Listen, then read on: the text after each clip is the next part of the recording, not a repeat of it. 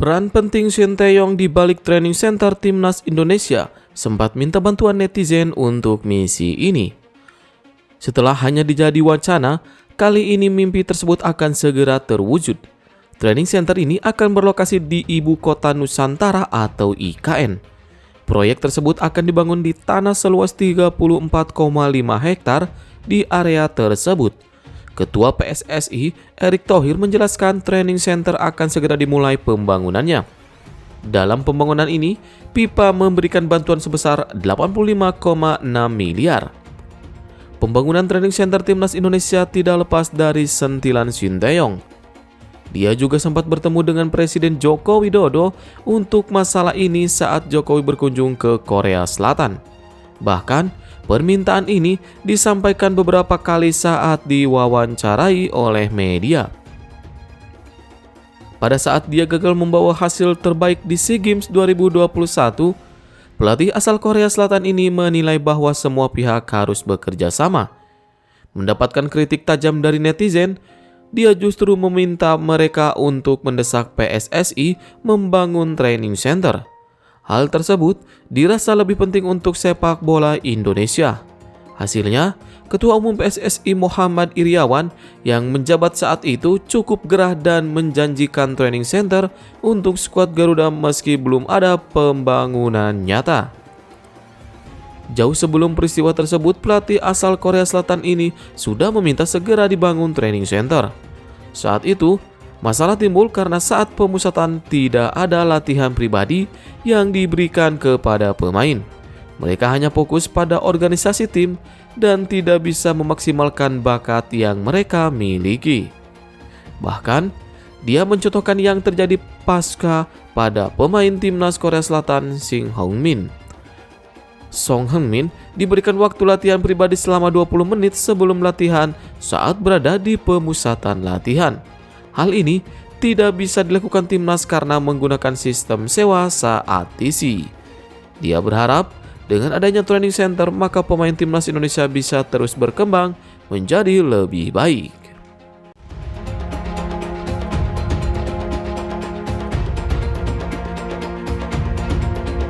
Training center Timnas Indonesia mulai dibangun. PSSI diguyur dana 85 miliar dari FIFA. Berdasarkan keterangan Ketua Umum PSSI Erick Thohir, PSSI menerima kucuran dana mencapai 85,6 miliar rupiah dari FIFA untuk proyek training center ini. Menurut Erick Thohir, baru kali ini FIFA menggelontorkan anggaran besar kepada satu negara. Dalam proses pembangunan akan dikerjakan dalam beberapa tahap. Pertama, yang pasti dikerjakan adalah membangun lapangan hingga lokasi tinggal untuk atlet. Dia yakin bahwa pembangunan training center Timnas Indonesia akan berjalan sesuai rencana. Pembangunan training center Timnas Indonesia ditargetkan dikerjakan selama 6 bulan. Tidak lupa, Erick Thohir menyampaikan terima kasih kepada semua pihak yang terlibat dalam pengerjaan training center ini. Sejauh ini, PSSI tidak mempunyai training center pribadi. Dia berharap dengan ada fasilitas ini akan mendorong prestasi timnas Indonesia.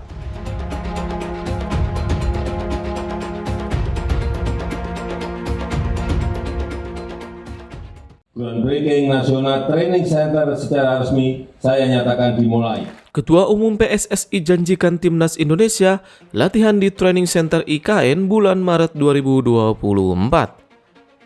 Ketua Umum PSSI Erick Thohir akan memastikan timnas Indonesia sudah bisa menggelar latihan di Training Center Ibu Kota Nusantara atau IKN bulan Maret 2024. Pernyataan ini disampaikan pada acara Malam Apresiasi Nusantara di IKN. Seperti yang diketahui, pada pagi harinya sudah dilakukan peletakan batu pertama oleh Presiden Republik Indonesia Joko Widodo.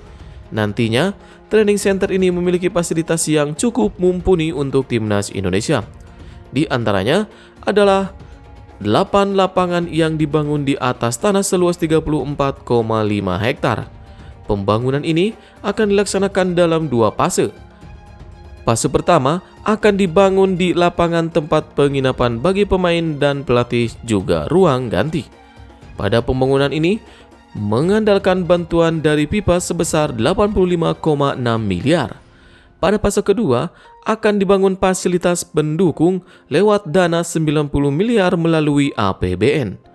Ketua Umum PSSI Erick Thohir menjelaskan timnas Indonesia akan bisa menggunakan fasilitas training center pada bulan Maret 2024.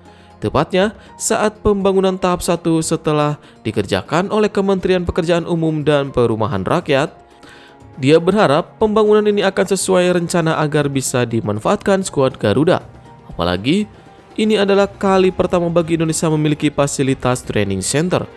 Pembangunan training center yang awalnya direncanakan 8 bulan akan dipercepat menjadi 6 bulan demi bisa segera digunakan.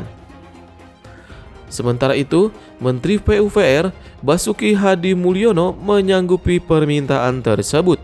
Pembangunan tahap pertama akan fokus pada 2 lapangan bola dan fasilitas pendukung.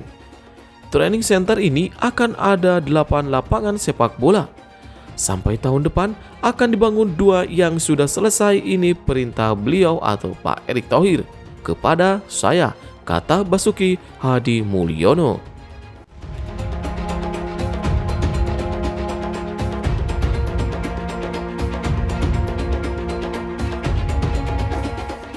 Jong FC Utrecht akhiri puasa kemenangan secara dramatis. Ivar Jenner apakah ikut bertanding? Jong FC Utrecht dihadapkan dengan SK Cambuur pada laga pekan ke-7 LC Divisi. Pertandingan ini dihelat di Stadion Gelderland Utrecht, Belanda pada Sabtu 23 September 2023. Pada kesempatan tersebut, tim tuan rumah berhasil meraih kemenangan secara dramatis. FC Utrecht unggul terlebih dahulu melalui gol miss-switch ketika pertandingan baru berjalan 4 menit. Namun, keunggulan tersebut tak bertahan lama. SC Cambuur berhasil menyamakan kedudukan melalui gol Milan Smith pada menit ke-16. Gol Tobias Augustinus pada menit ke-45 membuat Jong FC Utrecht menutup babak pertama dengan keunggulan 2-1.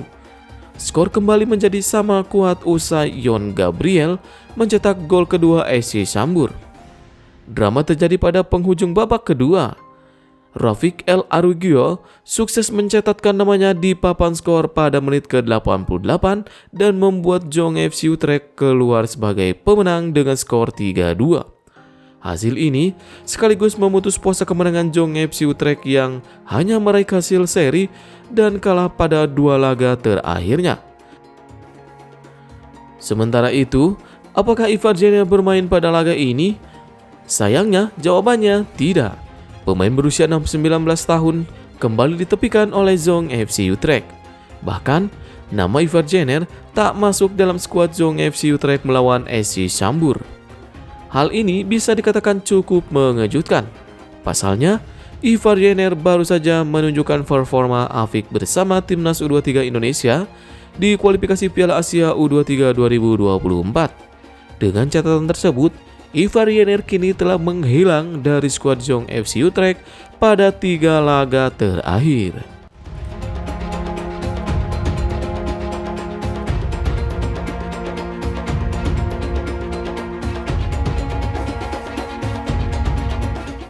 Marcelino Ferdinand malu terhadap ulah netizen Indonesia yang serang KMSK Denze.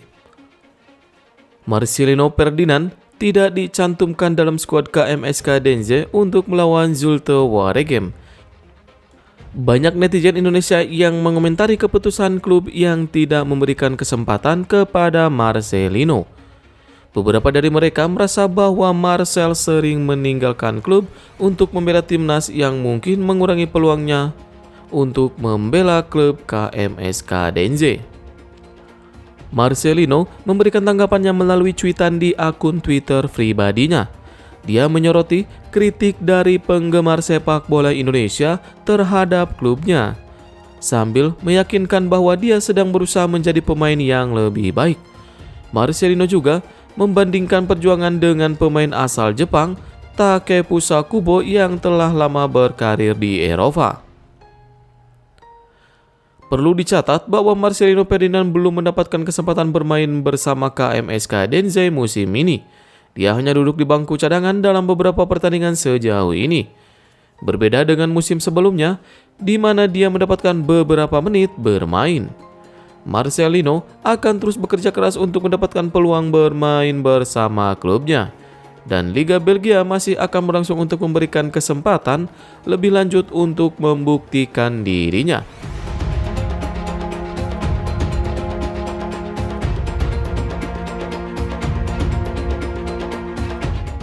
Pelatih Taiwan terharu kalahkan timnas U24 Indonesia di Asian Games 2022, kemenangan pertama dalam 65 tahun.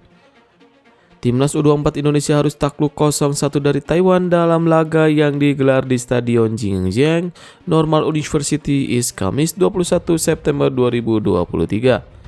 Ini merupakan laga kedua di grup F Asian Games.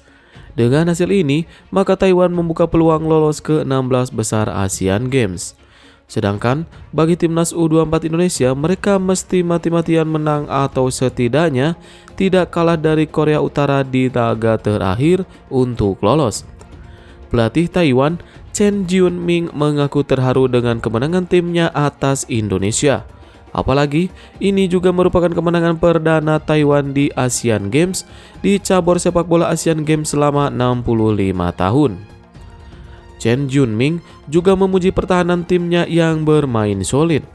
Timnas U24 Indonesia gagal mencetak gol dan situasi ini seperti yang diharapkan oleh timnya. Pelatih Taiwan juga mengomentari kartu merah yang diterima oleh Lian Mengxin di laga ini. Setelah sempat mendapatkan kartu kuning, Liang kembali menerima kartu kuning kedua setelah melanggar Hugo Samir di babak kedua.